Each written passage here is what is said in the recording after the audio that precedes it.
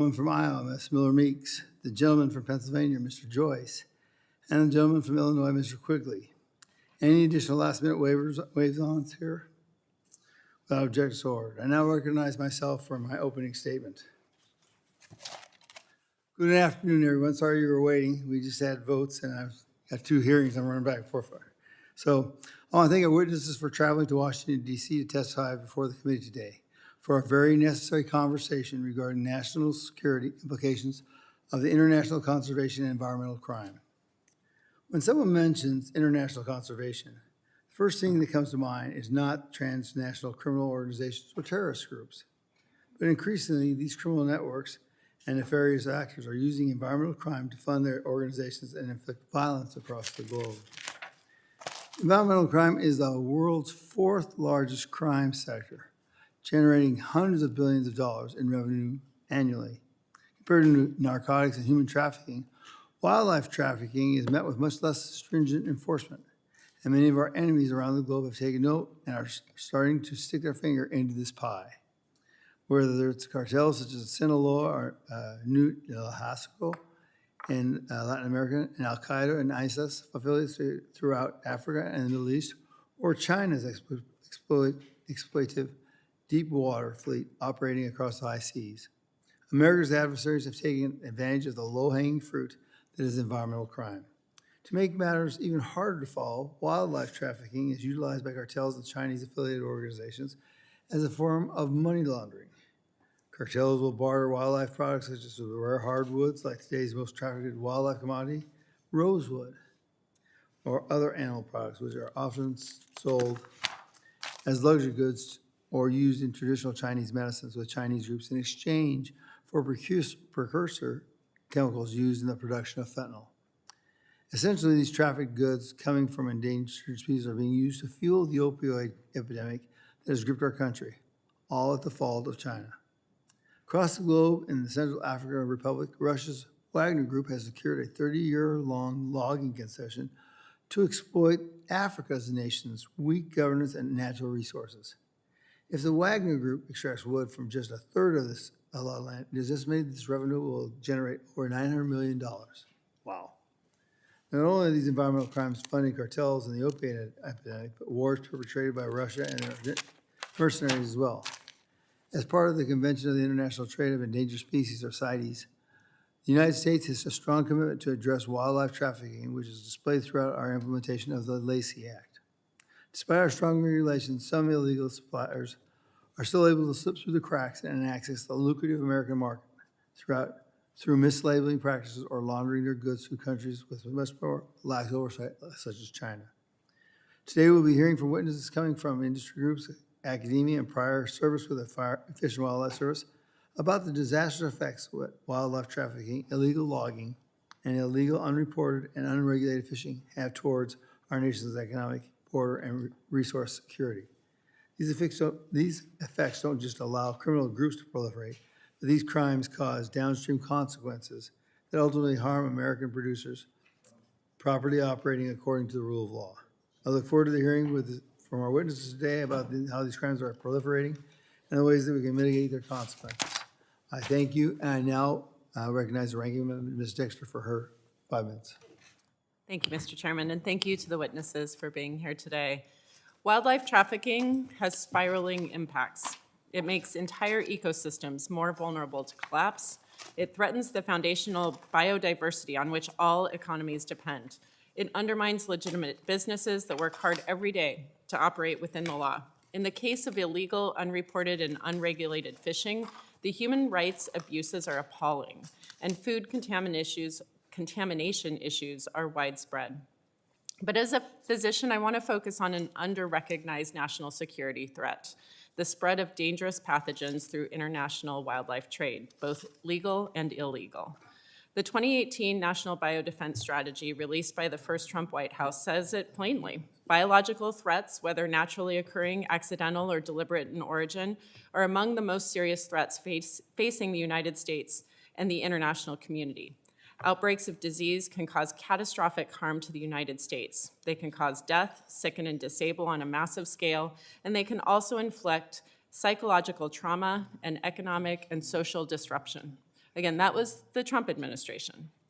COVID is the most obvious example, having most likely been spread through a wet market where wildlife was traded legally. In 2002, a different SARS outbreak was caused by trade in civets. Mpox was first introduced in the US from pet prairie dogs that were co-housed with rodents imported from Ghana. The data are overwhelming. Roughly 75% of infectious diseases originate from animals, and over 70% of these emerging diseases from animals originate in wildlife rather than domesticated animals. The avian flu outbreak alone in the US has killed 2 out of the 7 confirmed human infections in the US, had killed 2 out of the 7 confirmed, and have resulted in the deaths of 185 million birds. Damage estimates exceed $1.5 billion. Major disease outbreaks from zoonotic diseases, or as most of the people here know, diseases that jump from animals to humans, can emerge through wildlife trade, but they also originate domestically. One of this country's biggest national security vulnerabilities is that no one is systematically tracking these diseases as they move across the country in wildlife. The National Academies of Science, congressional blue ribbon panels, nonprofit organization studies, and the National Strategy on Biodefense have recognized the need to conduct disease surveillance in wildlife across the country in order to help prevent major outbreaks. That's why I've been working with states, tribes, hunters, and zoonotic experts on legislation to shore up our national security with wildlife disease surveillance. I hope my Republican colleagues will work with me to find common ground on this effort. Unfortunately, so far, it has been the opposite. They gutted USAID, which led a global cooperative effort to track zoonotic diseases overseas before they reached their shores. In 2021, Democrats passed the American Rescue Plan, which included $20 million to combat wildlife trafficking, $45 million to track zoonotic diseases, and $10 million to stop the trade of wildlife that pose serious health risks. Much of that funding was rescinded by Republicans before it could ever be used. They cut the funding for U.S. Fish and Wildlife Service law enforcement, leaving it severely understaffed. And they disbanded the Department of Homeland Security team, which was poised to make significant inroads into wildlife trafficking. So once again, we are here watching my colleagues blame agencies for failing to do a job that they themselves have defunded. I agree with my colleagues and my chair that this is a major issue that we need to be addressing. However, we shouldn't be cutting the funding to do just that at the same time that we demand better. We all should be demanding better. And I, with that, yield back to the chair. I think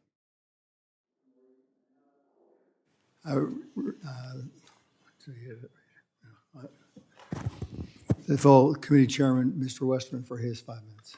Thank you, Chairman Gosar, and thank you to the witnesses for being here. I do want to thank you for taking time to talk about an important subject, and also understand that the witness from the U.S. Fish and Wildlife Service who was scheduled to appear came down with the flu and was unable to appear. We wish him a speedy recovery, and note that we will submit all of our questions that we would have asked for the record. This committee does have a strong record of looking at dangerous cartels and transnational criminal organizations, or TCOs, and the damaging impacts they have on our borders, public lands, and tribal communities. I know we were on a CODEL in Tanzania a couple of years ago, and we met with former poachers who were showing us how some of these criminal organizations poach bushmeat to feed terrorist organizations. It's a real thing that happens all across the world, and we have, I think, a role in helping stop that. But one of the lesser-known elements of these groups is their involvement not just in tracking of wildlife, but other natural resources. And as our domestic borders are secured, cartels and TCOs continue to reinvent and update their operations globally in order to generate income. Wildlife trafficking and related environmental crimes are now the world's 4th largest crime sector, posing serious risk to national security, public health, and economic security. These illegal operations have been valued anywhere between $7 billion and $23 billion annually. With that kind of reward and relatively low risk, nefarious actors are incentivized to expand their networks and reach to conduct wildlife trafficking. Notably, these numbers exclude illegal logging and fishing, which also contribute to the distortion of global timber and seafood markets. Illegal logging is estimated to depress world timber prices by 7 to 16%, impairing U.S. producers' ability to export and harming ecosystems.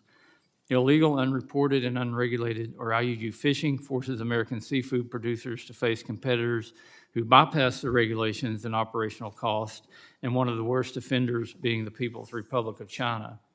With growing demand both domestically and globally for traditional medicines, fashion, jewelry, exotic pets, and wild food, the illegal trade of these items as compared to the legal trade of these goods wreaks havoc on markets and can create major health and security risks. Cartels, TCOs, and their expansive criminal networks have only evolved in their strategies to evade detection, using wildlife commodities like Totoaba swim bladders, highly sought after in Chinese medicine, to fund their operations, even trading these products for precursor chemicals to produce fentanyl. The U.S. Fish and Wildlife Service Office of Law Enforcement, OLE, is tasked with the protection and management of wildlife, working closely with U.S. Customs and Border Protection, as well as the NOAA Fisheries Office of Law Enforcement, enforcing the law, inspecting shipments at ports of entry, and supporting international treaty compliance. Addressing the complexities of international wildlife trafficking, IUU fishing, and illegal logging requires effective interagency collaboration and careful participation in international discussions and investigations. As environmental crime grows up to 3 times the pace of the global economy, we must ensure law enforcement and wildlife management agencies have the support they need to protect our national security and to put America first in our approach to international conservation. This hearing provides a valuable opportunity to better understand and address these ongoing threats, as well as look toward potential solutions for increasing conservation efforts globally from our American producers and sportsmen who have been involved in these efforts for many years. Again, I want to thank you for being here. I look forward to hearing your testimony today, and I yield back. The chairman of the full committee, I now recognize the ranking member for the full committee, Mr. Huffman from California. Thank you, Mr. Chairman. And I am glad we're having a hearing on this subject. It's a very important subject. I cannot improve on the descriptions of this problem that have just been given. The chairman laid it out very nicely. The ranking member spoke, you, Mr. Chairman, as well. I am troubled, though, at the disconnect, because we all agree that this is a huge problem. It has major national security implications, as many have already said. But if we're going to be serious about this and treat it in the way that we say we regard it, we've got to take a look at the capacity that it takes to confront a threat like this. We're naming it, but we got to also have a conversation about what this administration is actually doing. And that, unfortunately, requires my friends across the aisle to do something they don't often do, and that is you got to ask hard questions. You've got to hold this administration to a high standard. And in this case, I think if you're honest about this, you got to bring some critical analysis to the problem, because we have to maintain capacity to confront these threats. It requires staffing, it requires expertise, intelligence coordination, specialized enforcement skills, and that's where this hearing just comes crashing into the reality of what the administration and the Republican Congress have been doing, because their attacks on agency staff and funding, staffing at the Fish and Wildlife Service, it has been slashed to the bone. They've left a handful of agents stretched across a global criminal market worth tens of billions of dollars. Major ports of entry have been left dangerously understaffed, even as traffickers rely overwhelmingly on commercial cargo and mail. They're not bringing this wildlife across the border in backpacks of the southern border. At the same time, the Trump administration shut down the Wildlife and Environmental Crimes Unit at DHS, the very unit created to target fraud, money laundering, and sanction evasion tied to wildlife trafficking. So put plainly, this administration and its apologists have virtually taken apart the mechanisms that were designed to confront this problem that we all seem to take so seriously. And when Republicans hold a hearing and call it a national security hearing without taking that part of the equation seriously, we've just got a terrible disconnect that we have to resolve. You can't warn about transnational criminal networks while systematically dismantling the federal capacity needed to stop them. Wildlife trafficking is expanding because enforcement has been gutted. Organized crime is embedding itself deeper because the guardrails have been torn down. And if this hearing were truly about national security, then we would be focusing on all of that. I hope, maybe we will. I hope I'll be pleasantly surprised because wildlife trafficking does not pause for political theater. It festers in these gaps. And under this administration, those gaps have been thrown wide open. I look forward to the conversation, and I yield back. I thank the ranking member for his comments. I am now going to recognize and introduce witnesses for today's hearing. First, we have Dr. Evan Ellis, Senior Non-Resident Associate, Center for Strategic and International Studies, Carlisle Barracks, Pennsylvania. Mr. Thomas Benavides, did I say it right? Wow. I hit first stick out the first time. Assistant Vice President for the Board of Directors, Dallas Safari Club, Laredo, Texas. Then we have Mr. Ed Newcomer, U.S. Fish and Wildlife Service Special Agent, retired, Gardena, California. And last but not least, Dr. Eric Kingma, Executive Director, Hawaii Longtime Association, Honolulu, Hawaii. Let me remind the witnesses that under the committee rules, you must limit your oral statements to about 5 minutes. You'll see the light go on green. When it starts turning yellow, that means you got a minute to wrap it up. And red, if you can cut it off quickly. Your whole testimony will be placed in the record. To begin your testimony, please press the on button. I have to be reminded that all the time, so that way we can hear everybody. So now I recognize Dr. Ellis for your 5 minutes. Chairman Gosar, Chairman Westerman, Madam Ranking Member Huffman, thank you very much for the opportunity to testify before the committee today. These are, of course, my personal views. Criminal activity by Chinese groups in the Western Hemisphere are a serious problem for its institutions and its prosperity, but of course they also threaten its resources and environmental health. These activities present unique challenges due to the limited capacity of regional governments to combat crime related to these Chinese groups. Chinese criminal activities in the hemisphere include, of course, IUU fishing, illegal mining, trafficking in lumber, flora and fauna, precursor chemicals for synthetic drugs, and money laundering, among others. They involve multiple groups of different sizes, from familial networks such as the Zhang cartel and precursor chemicals to the larger 14K and Sun Yi-on triads, the Fujian Mafia, Flying Dragons, Tai Chin, and Fuqi, among others. IUU fishing specifically costs Latin American economies an estimated $2.3 billion per year in lost revenues. Chinese engage in overfishing as well as illegal fishing techniques, such as the use of trawl nets, that have already caused the collapse of fisheries in Asia, strained those in Africa, and are currently contributing to hardships in Latin American coastal communities. In illegal mining, Chinese entities purchase gold and other products locally and globally, as well as supplying materials, tools, food, and clothing to miners in illicit networks. Chinese involvement in illegal timber trafficking contributes to deforestation. It's also an enabler of illegal mining, and it is used to smuggle materials in other, as well as other illegal traffic activities.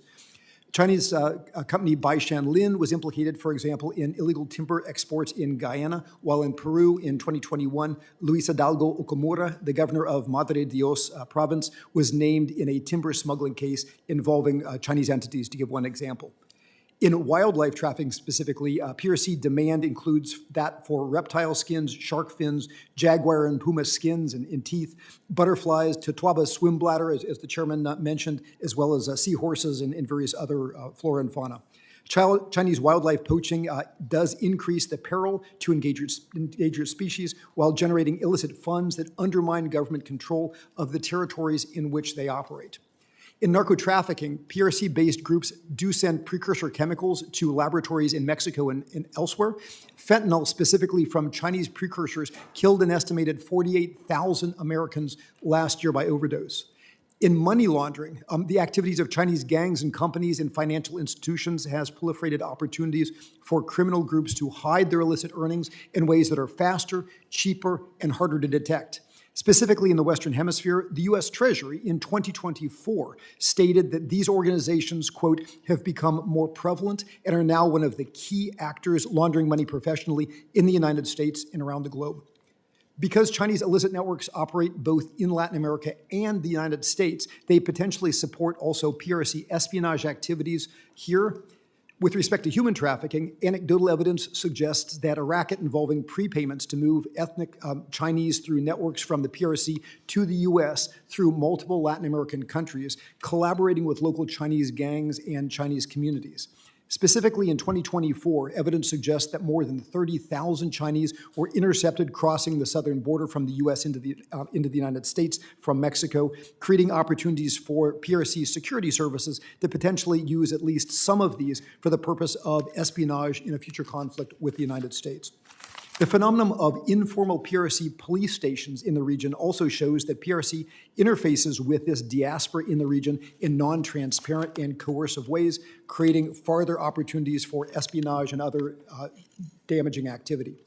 With respect to recommendations, for me, it is important for the U.S. to increase its cooperation with law enforcement and intelligence bodies in other countries in the hemisphere, as well as being part of the prioritization that we see now through the new national security strategy on the Western Hemisphere.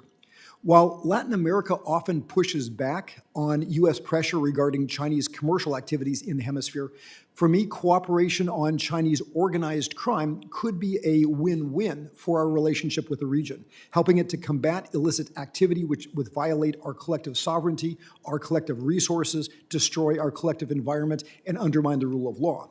But as well, for the U.S., expanded cooperation with Latin America on organized crime not only would strengthen our protection of resources and the environment, but also to help us to better understand Chinese networks in the region that potentially impact our national security, while at the same time showcasing to our partners the harms to their own interests of improperly monitored and controlled PRC activities in the hemisphere that we share.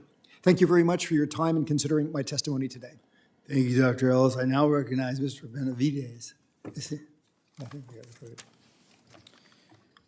Thank you, Chairman Gosar, Ranking Member Dexter, and members of the committee. Thank you very much for the opportunity to testify. I am Tom Benavides, an Assistant Vice President for the Board of Directors at Dallas Safari Club. I, along with my family, have been ranching cattle in Texas for generations. My parents ingrained in me the value of being a good steward for our habitat, our livestock, and wildlife alike. DSC and our separate charitable arm, Dallas Safari Club Foundation, are U.S.-based conservation organizations that put conservation first and hunting second, working with wildlife departments worldwide to promote science-based wildlife management and sustainable use. Every year, both organizations award millions of dollars in grants for research, anti-poaching, habitat, reintroduction, reducing human-wildlife conflict, and much more. I've been very lucky to experience many wild places on this planet, which led me to my love of rhinoceros. My wife and I have dedicated much of our life to establishing and maintaining a viable private breeding program of southern white rhino here in the United States, in the hope that we can help save the species and someday, perhaps, my children can be part of repopulating rhino in their natural habitat. While I applaud the hard work being done by American zoos and other NGOs, the strategy differs from that of private breeders. A zoo's main purpose is to exhibit, educate, and inform the public to raise awareness about the current plight of endangered species, and species like rhino. My purpose is to enhance the survival of the species by producing more rhino and moving them to a place that they can actually be protected. I'm trying to defend the existing individuals and increase the world's population. While raising awareness is important, it does not result in a single new rhino, nor does it place anti-poaching measures in place. To successfully propagate, we must move out of traditional NGO tactics and encourage programs like ours. Conservation is simple, but it requires common sense and replicating how rhinos thrive in the wild. What can an America First administration do? Sadly, the U.S. government has been more of a hindrance than a help. From arbitrary red tape that has no basis in statute to permitting delays and requirements that cause undue stress on animals, all I ask is that the U.S. government be helpful rather than antagonistic. In 1977, trade in rhino horn was banned. Importantly, when this ban happened, there was no legal framework to regulate the trade of horn. 85% of the African rhinos alive then have been killed. It's easy to say that the ban has failed miserably.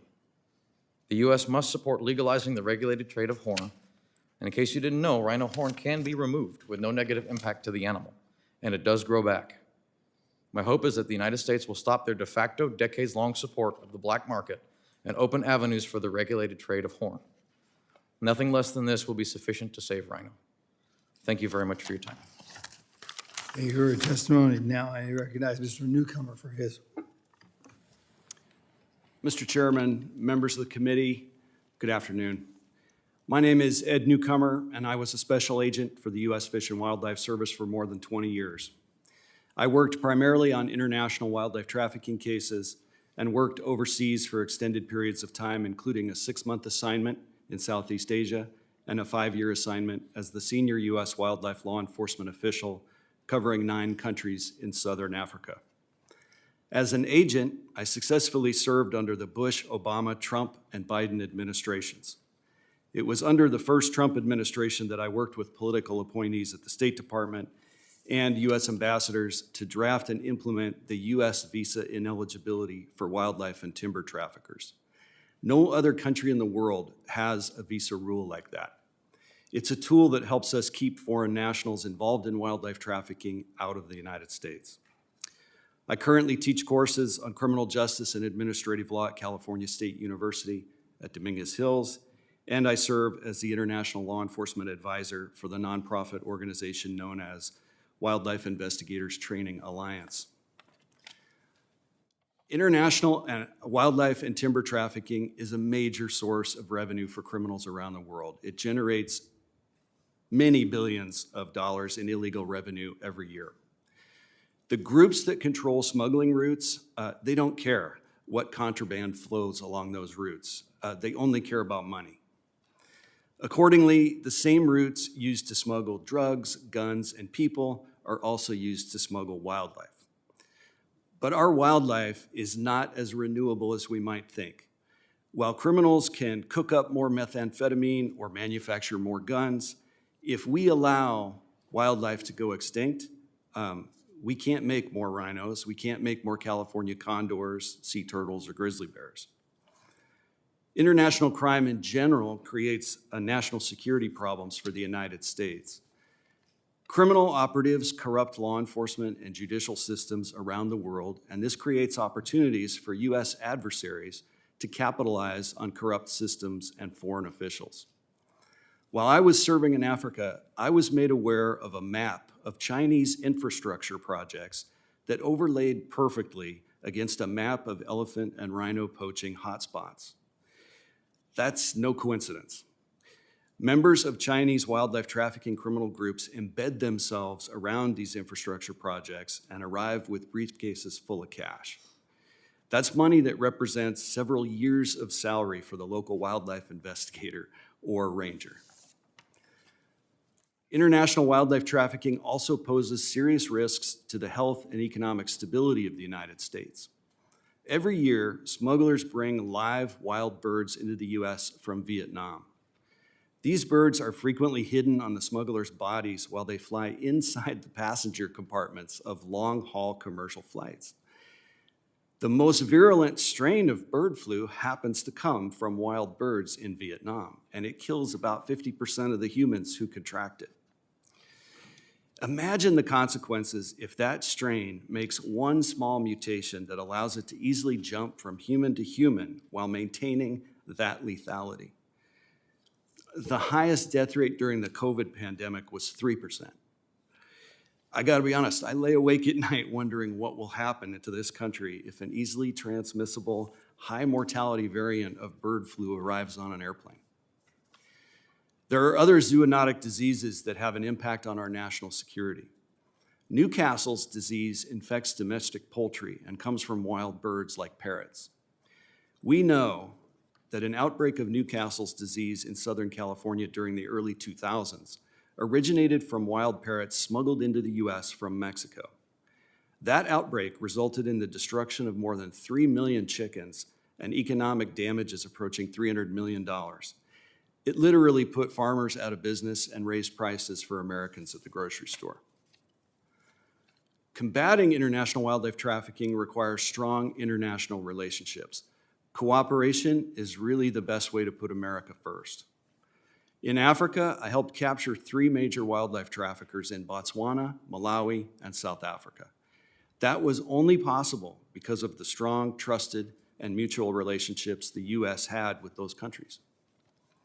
I'm very concerned that the chronic underfunding and understaffing at U.S. Fish and Wildlife Service law enforcement, and generally the dismantling of U.S. government agencies, is putting us at a real disadvantage when it comes to combating international wildlife trafficking. I love this committee's motto, putting conservatives back into conservation. There's no question that traditional conservative values are consistent with preserving our natural resources. Thank you very much. I look forward to any questions you have.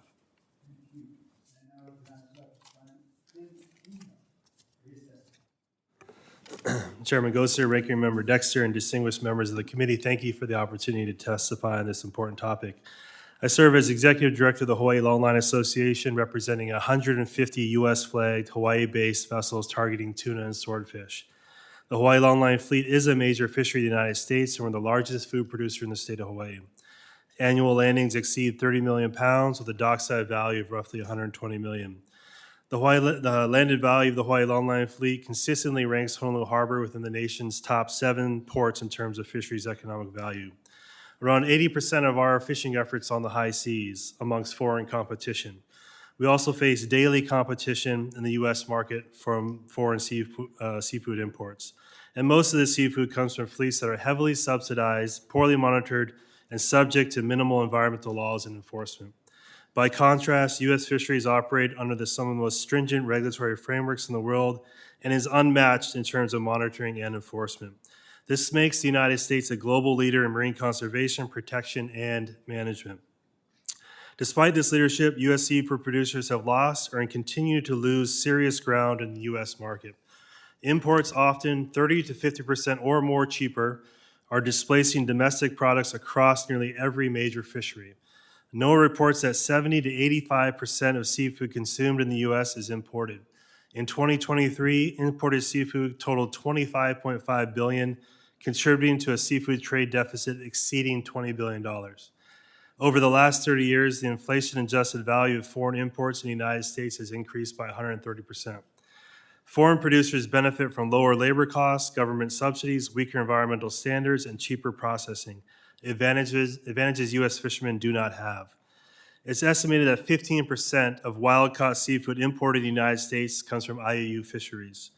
And IUU fishing includes transnational criminal networks, human trafficking and forced labor, state-sponsored unregulated fleets, underreported by licensed vessels, and harvests of endangered or protected species. IUU fishing undermines conservation efforts, distorts markets, threatens food safety, and harms workers.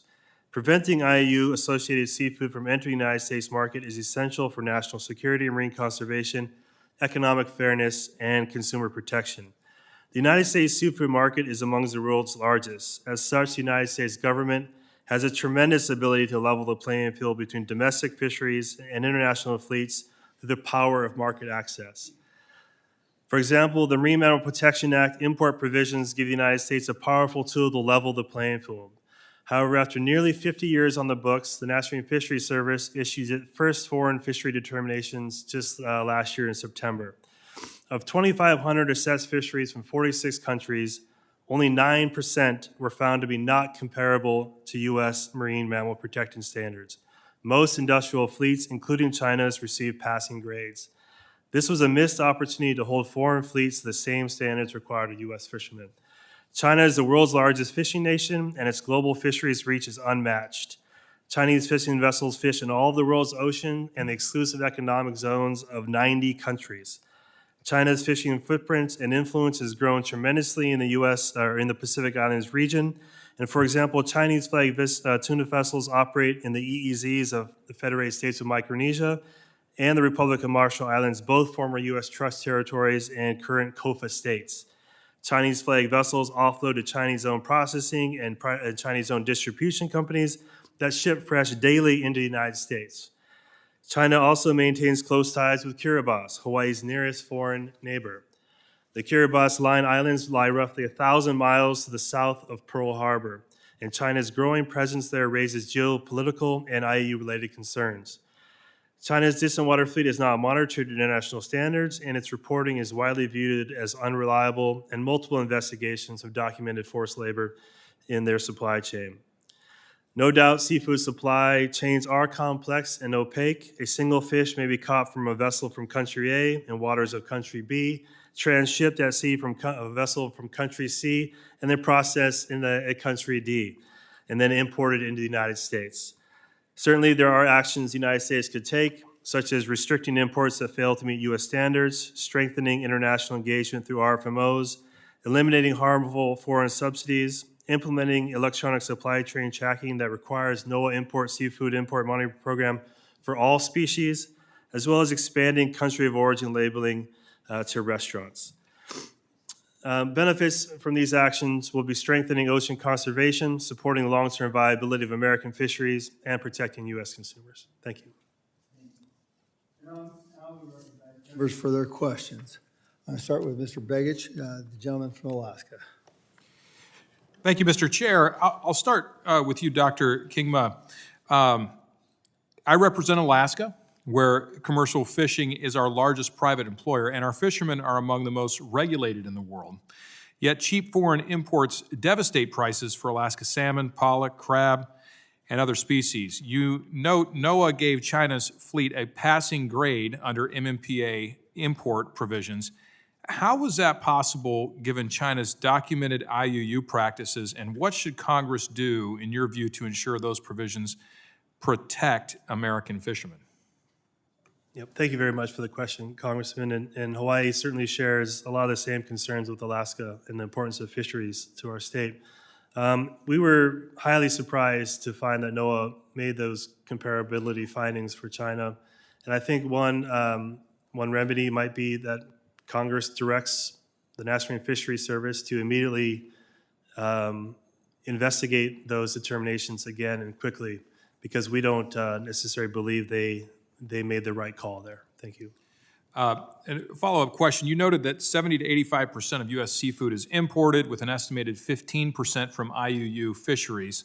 Alaska's invested heavily in traceability because we can compete on quality when consumers have accurate information. How would expanding the seafood import monitoring program and requiring country of origin labeling for restaurants benefit fishing communities in Alaska and Hawaii? Yeah, I think and thanks for the question. I think country of origin labeling is a critical issue for American seafood producers. And most of like I said, most of the imports, as you mentioned, are from foreign sources. Currently, the National Marine Fisheries Service seafood import monitoring program only covers, I believe, 13 species. So it doesn't cover all species imported in the United States. So that's a start. It does cover most of the imports, but not all. And I think there's some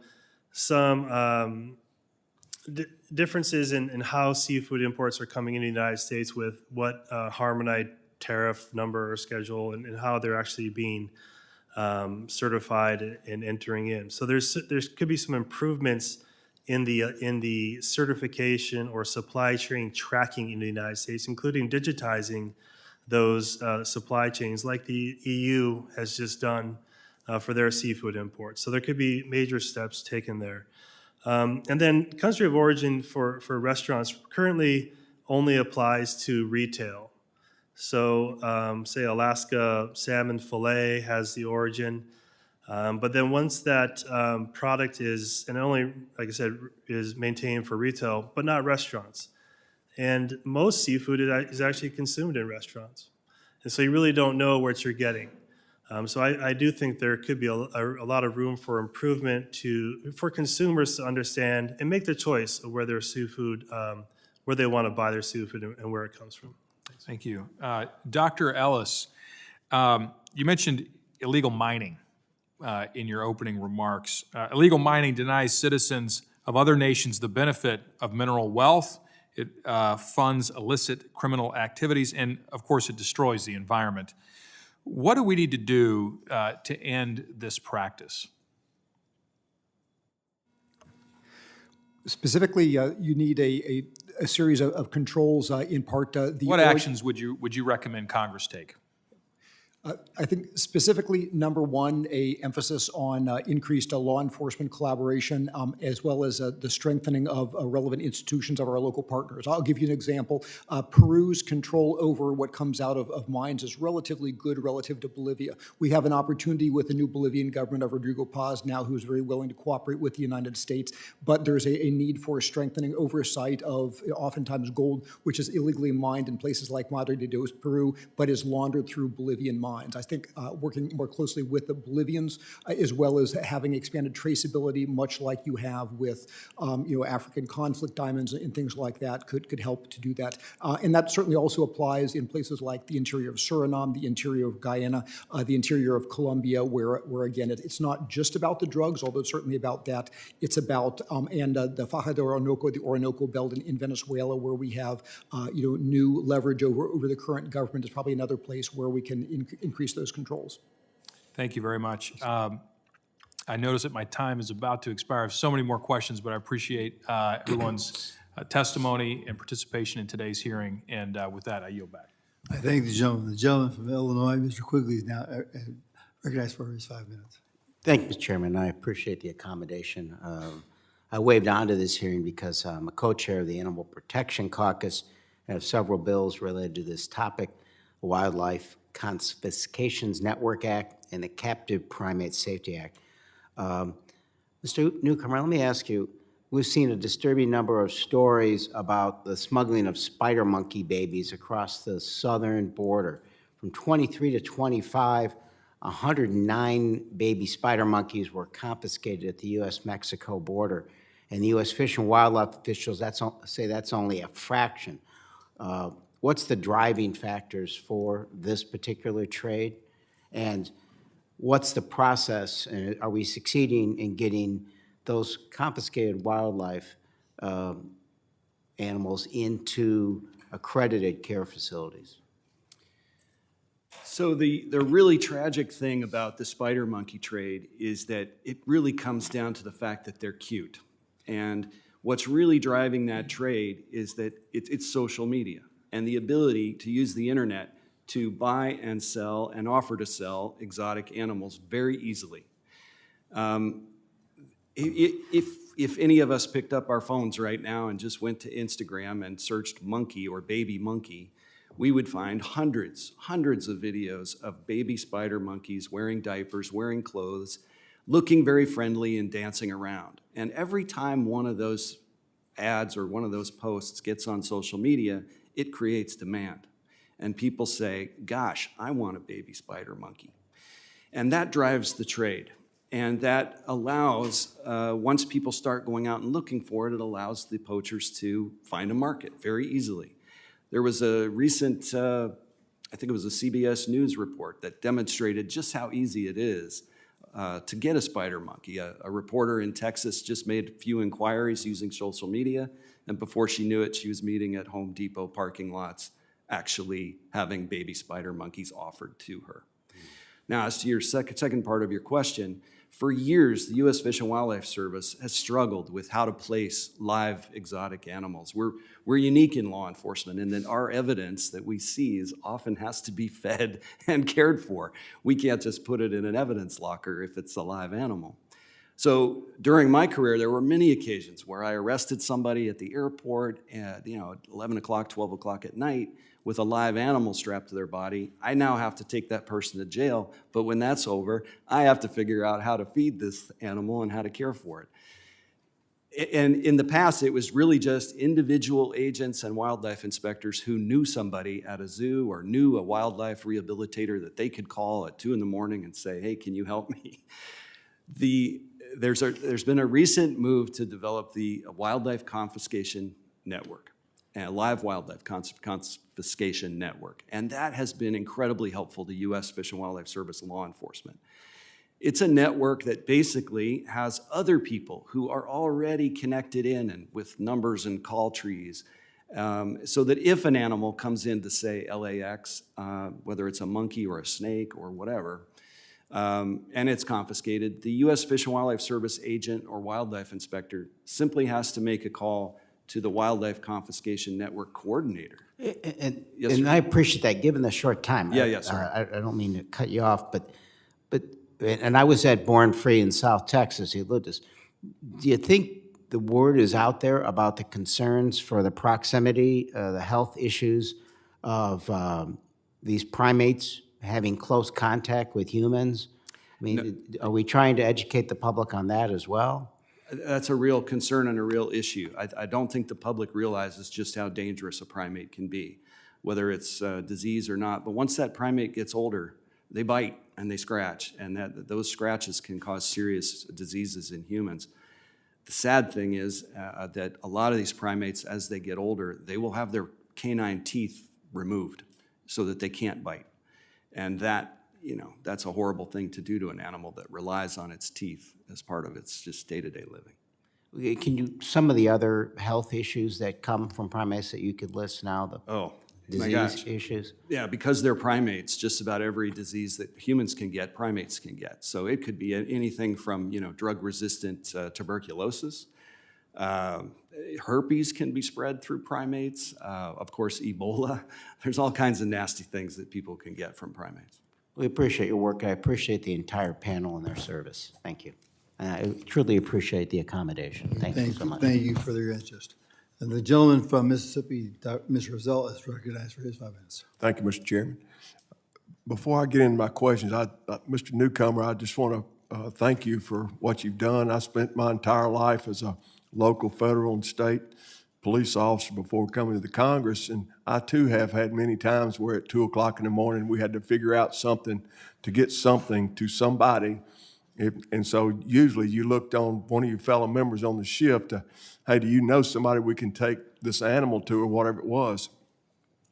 I'd like to submit for the record some questions that I will have for you later on, because I sure would like to talk to you some more about funding and about some different things that we could do together that I could help support the former mission that you had and now the mission that you do have. But thank you, Mr. Chairman, and thank you, all of you, for being here today and giving us such good information. Thank you very much.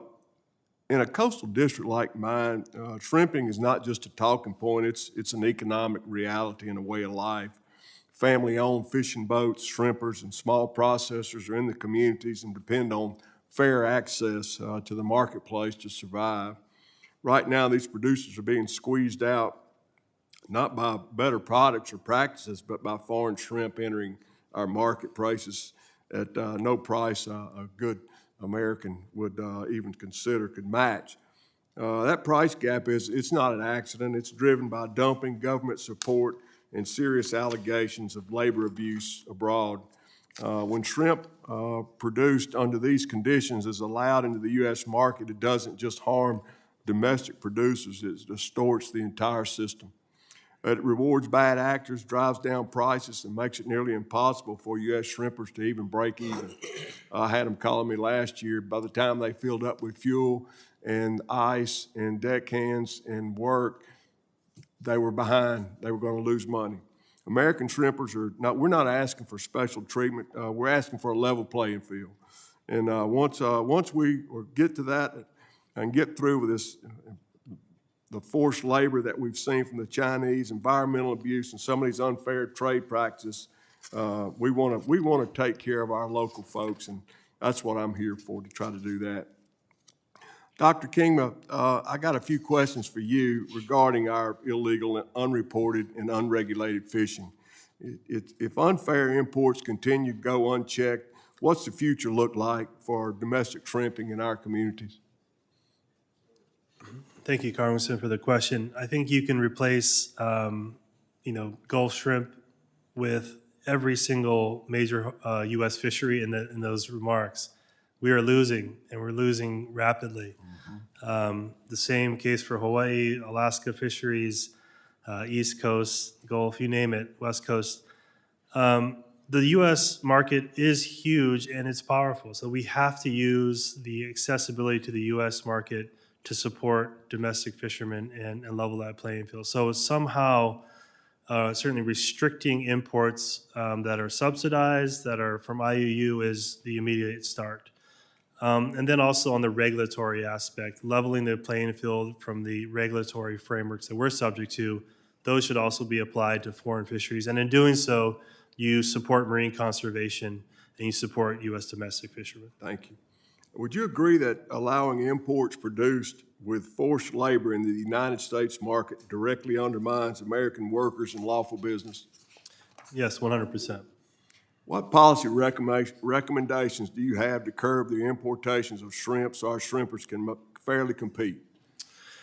Yep, I think it's, like I said, ensuring that the imports that are coming in meet U.S. standards. And in meeting U.S. standards, we have to figure out how that fishery product is produced. And if it's produced with forced labor, it has no business being in the United States. If it's subsidized and if they don't follow U.S. environmental standards like Marine Mammal Protection Act, it has no business being in the United States. Thank you. And I look forward to continuing this conversation. And Mr. Chairman, I yield back.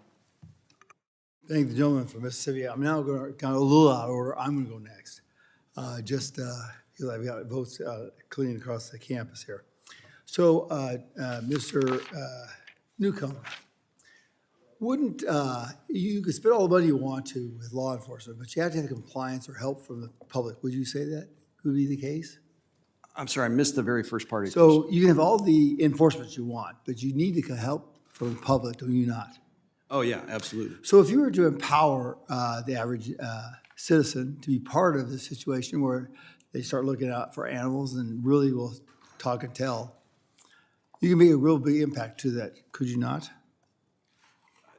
Yeah, I think if you empowered the average citizen, that, yeah, you could make a help. So if you were to make your success model, the elimination of these animals being transported and trafficked, you could make that part of the supposition that would increase money, right? And like say in a fund. Where I'm going with this is I have a bill, okay? It's called the Lasso Act. And what it basically does is it takes all the revenues coming off of public lands and turns it over to Social Security. Well, what that's going to do, now you've got an interest in it. So now you're going to be investing your time and energy if you see something illegal coming up, because that takes away from your benefit from the public lands. Would you agree? Well, I've made qualified agreement. Okay. I think that sometimes there's a fine line that can't be crossed where it actually creates a mechanism for laundering. And sometimes if there's a legal way to deal with wildlife, it creates the perfect opportunity to hide illegal wildlife transactions. So I understand what you're saying for sure, and my gut instinct is to say, yeah, you're right. But then I remember cases that I worked on where people actually hid illegal wildlife in a legal mechanism. Gotcha. For the record, I'd like to put in the record all these little different hits that were depicted on the border just in Arizona for different years. I mean, parrots to bladders. You can't believe what's in this thing. So ordered. Done. Mr. Benavides, hunting has played a big role in big animals particularly. How could it help us with these small animals? Hunting, typically when you see the people that are on the forefront of conservation, they are hunters. It's an experience that you interact with the environment in a very different way. Most hunters will look at things, whether they're megafauna or smaller animals, and they'll say, okay, well, to interact the best that we can, we look at environment, right? We look at maintaining a healthy environment, and we look at maintaining a healthy habitat. What does that habitat support? How can we responsibly manage those numbers, right? And one of the ways to manage numbers is actually reproduction. It is a renewable resource because biologically an animal reproduces. So I think in that management methodology, you can say that, yeah, for any size animal, it is a way to healthily maintain a population of that animal. Okay. Dr. Ellis, do you agree with him on that aspect? That hunting is very helpful to some of these aspects for increased animals production? Well, for me, I think, hunting the connection that hunters have with the environment is a logical part of the broader issue of stewardship, and the, proper regulation and freedoms to hunting are part of the broader, regulations of the environment writ large. So I think I would concur. Mr. Kingma, when you look at some of these fines, they're minute, they're small comparatively to the crime. Would increasing those fines make a difference, and making an example out of a crawler, a Chinese crawler, or something like that for a while, would that help? Yeah, I think to a certain extent, thanks. But also, we have limited ability to fine foreign vessels of another country. That only occurs if they're fishing in U.S. waters. But we do have an incredible ability to limit or prevent access to the U.S. market. So I think we should focus on the accessibility rather than a fine onto a foreign vessel. Yeah, I'd be very interested, because in Alaska, they have this whole matrix put together, and they're showing increases in all their production. So at least that's my understanding, gentleman from Alaska, that happens. So maybe some models like Alaska would be something very good to start looking at, okay? I'm done. I'm going to turn it over now to the ranking member for her 5 minutes. Okay. All right, thank you very much. Mr. Newcomer, and really appreciate everyone's, and obviously we have bipartisan agreement on a lot of this, so look forward to the questions. Mr. Newcomer, in your experience, why is wildlife trafficking a potential health threat to the U.S.? Well, gosh, I talked about bird flu, and that's the thing that keeps me up at night, right? Yeah. But there are a lot of diseases that can come in, not only through live wildlife, but wildlife parts, things like, Ebola, as we talked about, things that are really scary. But another scary thing is the unknown. Like, what diseases are on the horizon? What's the next disease? What's going to mutate tomorrow that becomes highly infectious and deadly? And all of that can come in anytime when you have not very many enforcement people trying to monitor this kind of thing. It's just a risk. Thank you for that. And if a pathogen was introduced into wildlife in the U.S. that had the potential to make a jump from wildlife to people, how would we know about it when we have so few people enforcing? Yeah, with so few enforcement people, the most likely way we're going to know about it is we're going to have, the typhoid Mary, and we're going to have an outbreak of a big problem, and people are going to start dying or getting really sick.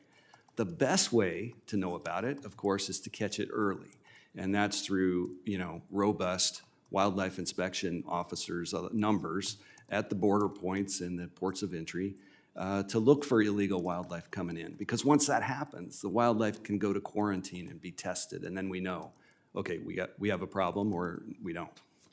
I very much agree with that. And it's the same in humans, like containment versus, anyway, we'll Yes. move on. Are there enough, and I think we've already heard this pretty clearly, but are there enough fish and wildlife inspectors at ports to manage the volume of trafficking? And if not, why not? Absolutely not. There is not. And I can give you a specific example.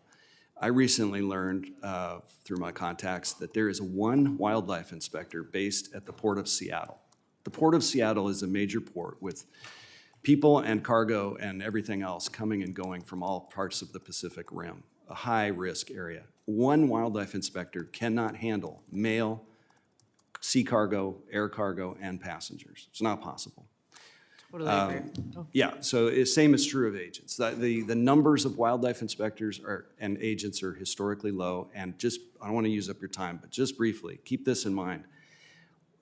The U.S. Fish and Wildlife Service, just agent force, has been authorized at the highest to be around 250, 253 agents. That has not changed for 40 years. Yet the mission of the Fish and Wildlife Service and its responsibilities have grown tremendously in that time. I used to say when I was a first-line supervisor in LA, my boss and I would always joke, hire me, give me twice as many agents and twice as many inspectors today, they'll all be busy tomorrow.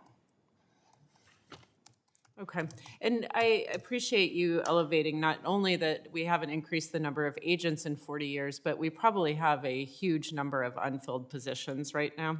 Okay. Absolutely. As far as I can understand, it's historically low, like right around 100, or maybe 170, something like that.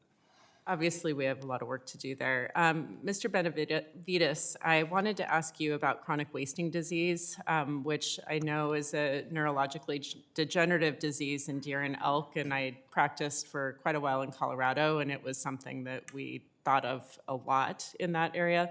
It has a small but real risk that chronic wasting disease could affect human health.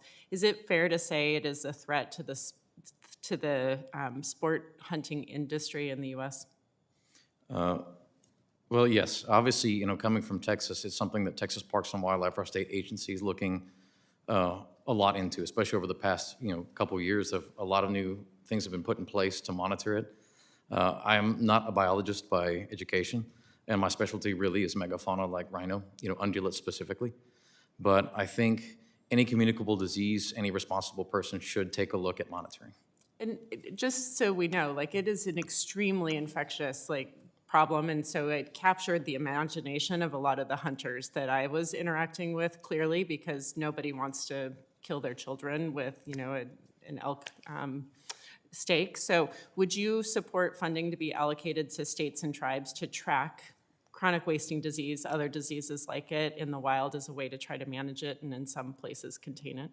Coming from Texas, I feel like our state agency is doing more than a sufficient job. So for us, I don't think it would be necessary. Okay. And in my last 2 seconds, I'm going to go over, hopefully the representative will give me some grace. Mr. King, or Dr. Kingma, you had articulated several threats to longline fishing, but there is one that I didn't see, and this committee is about to have its second hearing on deep seabed mining, a destructive, risky, and economically dubious pursuit of eccentric billionaires, and many in the tuna industry have expressed concern about it. How does the Hawaii Longline Association feel about deep sea mining? Yeah, thank you for the question. We're concerned about the impacts of deep sea mining on tuna populations and their distribution.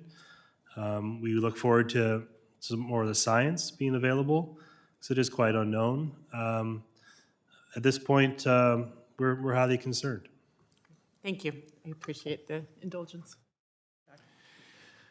I now recognize the gentleman from Ohio, Representative Joyce, for his 5 minutes. Thank you very much, Mr. Chair. Dr. Ellis, as a co-chair of the International Conservation Caucus, I'm committed to advancing international conservation initiatives that strengthen our national security. In December 2024, Congress authorized a new entity, the United States Foundation for National Security and Counterterrorism. Its job is to bring together public and private partners, protect key landscapes and seascapes, and stop criminal and armed groups from exploiting wildlife, forests, and fisheries. In your written testimony, you describe how Chinese criminal networks are deeply involved in unregulated fishing, illegal mining, timber trafficking, and wildlife smuggling across Latin America. Can you discuss how those activities undermine the governance and the regional stability, and what the implications that has the U.S. national security interests in that region? So thank you very much for the question. For me, these activities, and they're multidimensional, as you alluded to, impacts us through their impacts on the region, but also impacts us directly. Obviously, through the region, for example, when you talk about IUU fishing, you're depleting local fisheries and you're hurting coastal communities, which indirectly causes instability and thus can lead to migration and governance issues and other things. The issues with illegal mining not only have environmental costs, but there's an entire illicit industry that contributes to informality, it contributes to other types of criminality, money laundering of drugs and things like that, and thus undermines democracy and undermines governance stability in the region. Obviously, when you talk about flora and fauna trafficking as well, you're not only talking about the endangerment of species, but opportunities to be able to launder money through those activities. More broadly, when you look at U.S. security directly, and I alluded in my testimony, of course, to illegal trafficking and smuggling of persons through Chinese communities and how that contributes directly to flows for security issues. But beyond that, of course, many of these activities create other opportunities for money laundering. There are cases in which Chinese triads and other entities in the United States, they have money that they are laundering for groups like the Sinaloa cartel and others, and then they are laundering that within the United States. And so there's also farther in the United States an issue of presence and in the Americas more broadly. If we ever have to fight a war against the PRC in the Indo-Pacific, it's not just directly the homeland and the people who are coming across the southern border, but it's also other areas where U.S. Southern Command and others could have their equities put into jeopardy. And so there are concerns with respect to, for example, IU fishing and the possibility of espionage assets and other things to hide within those vast IU fleets which go on the deep water side from the Galapagos, Ecuador, Peru, Chile, through the Straits of Magellan, Argentina, putting in Uruguay, et cetera. And so it's really multidimensional. It's the idea that when you have people, networks, and money and physical presence with an adversary nation, although it's not all directed by that government, it creates opportunities for that government to want to do harm to you in times of conflict. Thank you very much. Dr. Kingma, the U.S. has a strong interest in sustainable fisheries and in limiting the impacts of foreign fishing fleets on governance and markets. In your written testimony, you describe how China is the world's largest fishing nation, responsible for around 30% of all the high seas. In your view, how do China's subsidized fishing fleets influence other nations economically and politically, and what impact do these operations have on the United States? Yeah, thank you for the question. I believe China's fishing fleets serve multiple purposes for that country, and it's more than fishing and food security, but also geopolitical influence and dominance. And so from our experience and from being on the ground in many Pacific Island countries, you feel that presence and you see those vessels. And our fleet in particular fishes on the high seas most of the time, and we see a growing level of presence of Chinese fishing vessels in our neighborhood. And so I think the United States has to be highly concerned with where this is going and utilize everything in its power, including the access to the U.S. market, to prevent the expansion of Chinese fishing effort that we believe is certainly unregulated and unmonitored, and really to understand their objectives. And we certainly understand that they are closing in, certainly in the Pacific Island region, to the extent that we've never seen, previously. Thank you. Mr. Benavides, U.S. leadership is critical to global efforts to protect endangered species. In your written testimony, you argue that the international ban on rhino horn trade has failed and empowered illicit market criminal networks. Based on your experience, how could regulations be designed to conserve wildlife and protect local communities, even in controversial cases like the rhino horn trade? What safeguards would be necessary to prevent abuse within a legal market? Well, specifically when you talk about rhino horn and U.S. involvement in CITES, the charge of the CITES membership is to support the request of the host country. Right. In my written testimony, I included a link that shows the High Court of South Africa ruled that rhino horn is a privately owned item and is tradable for the purposes of conservation. So those initiatives and money that could be garnished from the private trade of horn could be put into anti-poaching programs and the proliferation of the species.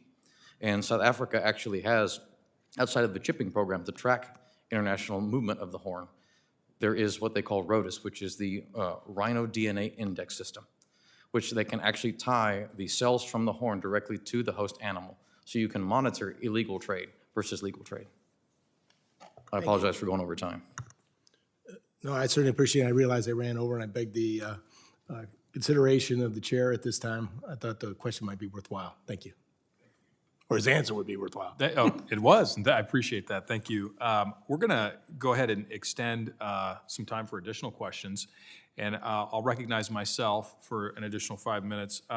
Mr. Newcomer, what are the penalties for illegal wildlife trafficking? Well, they vary greatly depending on the law involved, obviously. Shocking to most Americans, I think, would be the information that the Endangered Species Act is at maximum a Class A misdemeanor, which means that the maximum penalty would be a year in jail and a $100,000 fine. How much does a trafficker, how much can they earn typically? Traffickers I've personally chased, even a butterfly trafficker I arrested once, made $100,000 a year. He tried to sell me $300,000 worth of protected butterflies. Wow. So it can be a lot of money. So do you think that in your professional experience, the penalties for wildlife trafficking should be increased to help deter wildlife trafficking? I think that would be a very positive step in the right direction. Yes. Okay. In your written testimony, you described the lack of, quote, policies, directives, or guidance on how attachés are to conduct their operations overseas, what the expectations are of attachés in building and maintaining interagency relationships, or how U.S.-based agents are supposed to interact with attachés. To your knowledge, since your retirement in 2022, has this policy guidance been updated? And if not, what specific guidance would you like to see implemented for attachés to help improve the work of the Fish and Wildlife Service investigative offices overseas? Yes, as of last week, I confirmed that there are still no internal policies, guidance, nothing for how attachés are to operate overseas. Having served as an attaché myself, I would have really appreciated not only some guidance about how we were to operate, but to have some input into that. And part of that is, I think, an expectation for attachés should be building relationships between the United States and foreign countries that we need to share information and cooperate with to combat wildlife crime. Sometimes, it was interesting in the attaché corps, about half of us really believed in, bilateral operations, and the others really thought the U.S. could fight wildlife trafficking all by itself and essentially police the world. And in my experience, that is not an effective strategy. Thank you. Dr. Ellis, your testimony describes China's 17,000 vessel distant water fleet engaged in systematic IUU fishing that has collapsed fisheries in Asia and now threatens fisheries in Latin America. For Alaska, it's not abstract. China's fleet operates in the North Pacific near our waters, and our fishermen see these vessels. What tools should the U.S. deploy, sanctions, port state measures, diplomatic pressure, or another tool to hold China accountable for what amounts to state-sponsored resource theft? Well, certainly, sir, all of the above. First of all, beginning with the responsibility when one flies the flag of China or has other ties. In other words, they then become legally responsible for the actions of their deepwater fleet. We've had difficulties with China on that. I think certainly more pressure can be put on China with respect to that. I follow this issue closely in Latin America, in the Caribbean, and oftentimes the issue there is cooperation and technical capabilities of those governments. That goes into security cooperation, that goes into cooperation that we help facilitate between them. If there is a particular fishing vessel and they may not put into port in Peru because they offload their cargo to a to a logistics vessel, et cetera, but they may put into the port of Montevideo, being able to facilitate getting those bad actors. And also there are technical capabilities that we, in terms of ISR and in military terms and in other things, where we can help bolster the capability of our partners not only to respond, but to have maritime domain awareness, as well as in protecting other certain vulnerable areas like maritime protected areas. And would you say that what we see in part is a regulatory arbitrage activity that's occurring? So it's not just IUU, but it's also the fact that once they're outside of the exclusive economic zone of the United States, they engage in fishing practices that we would not condone here in the United States. That they're involved in destructive environmental practices, over-harvesting, et cetera. Exactly. There's an issue with the laws that govern depending on where the fishing is taking place or if they're right outside of those exclusive economic zones. There's also an issue of coordination between the different countries that are involved, because these fishing fleets oftentimes follow the fish. And so, and as you also point out, the problem when they do not put into ports, and how do you regulate and go after the logistic ships and others that offload those catches. Thank you. Thank you, sir. And I now recognize our ranking member, Dr. Dexter. Thank you very much, Mr. Chair. Mr. Newcomer, I'm going to follow up with a couple other questions. I understand, in following up on Representative Begich's question line, I understand increased penalties for wildlife trafficking may be helpful. What other opportunities would you see for limiting the market for those animals or products? For instance, increased penalties for those purchasing or selling, or what other mechanisms might you offer to not just hold those accountable who bring them in, but hold those accountable who then sell them or distribute them? There's a lot of what the U.S. Fish and Wildlife Service does is dependent on kind of an interstate movement of the wildlife. So anytime that happens, it's just an extra element that the investigator has to prove. But a lot of times, just possessing the wildlife itself can be a crime. And if the law is written in a way where possession is illegal, and I'm not required to prove interstate transport as an investigator, that makes my job a lot easier, and a lot more difficult for the bad guys to create confusion and duck and avoid me. That makes a lot of sense. And I understand that Fish and Wildlife Services may not be currently engaged in all the task forces that they may be able to offer insight or help to. What would be some of those task forces? Yeah, I'm actually really concerned about what I'm hearing about that lately. For example, even with IUU, there's a working group called the MSAFE Working Group, which stands for Maritime Security and Fisheries Enforcement. It's embarrassing to say, but that's been described by one of my former colleagues as a PowerPoint party. Nothing comes out of it. No cases have come out of it. No prosecutions have come out of the MSAFE Working Group, which is to address IUU. There's another one called the Timber Trafficking Working Group, which has been stood up by the Department of Justice now for 2 years. Not a single case, not a single prosecution has come out of it. And my understanding is U.S. Fish and Wildlife Service agents don't even participate. Which, you know, I know they have limited resources, but, you know, at some point you have to make things work, and there's some things you just can't ignore. And then the last is there's the Presidential Task Force on Wildlife Trafficking. And again, my understanding is it's irregularly attended by Fish and Wildlife Service law enforcement, or if it is attended, it's by senior managers, senior leaders, and the information out of that task force isn't getting disseminated down to the field. And the boots on the ground agents are dying to participate in these task forces. They want to be there. They want to make the cases, and they're either told they can't go or they're not informed about what's going on. I very much appreciate that. And if I may take the liberty, Chairman Gozar often asks our folks who have come to testify, what is a question that you wish you had been asked and what was your answer? And if I may, I'll just go down the line, starting with you, Dr. Ellis. So what is a question that you wish we had asked, and what is the answer?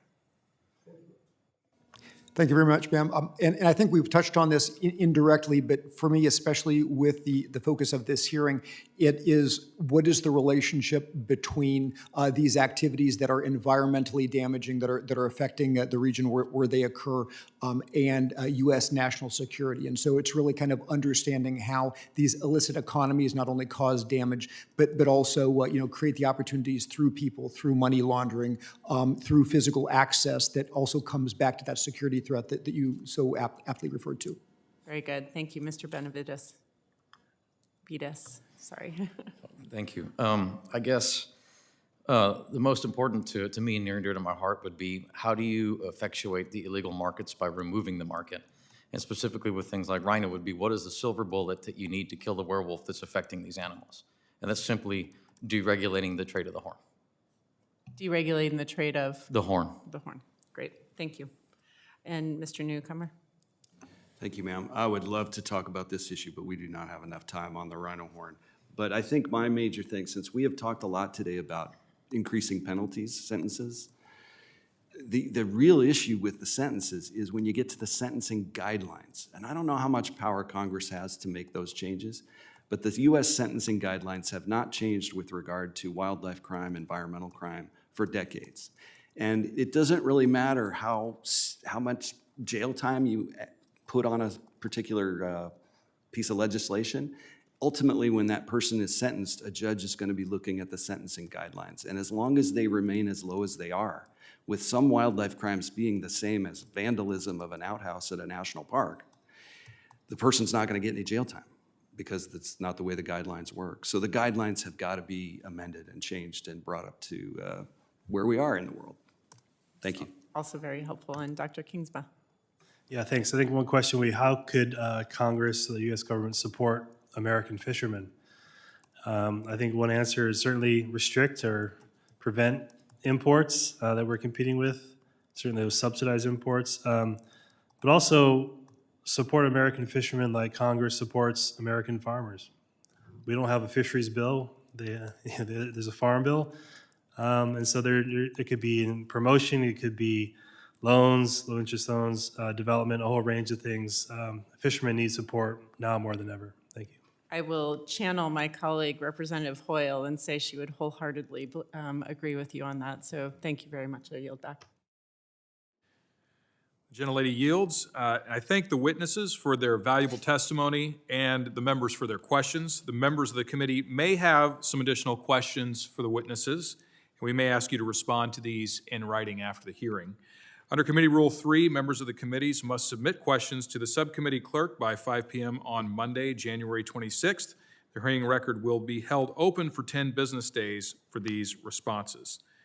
If there is no further business, May I interrupt? yes? Okay.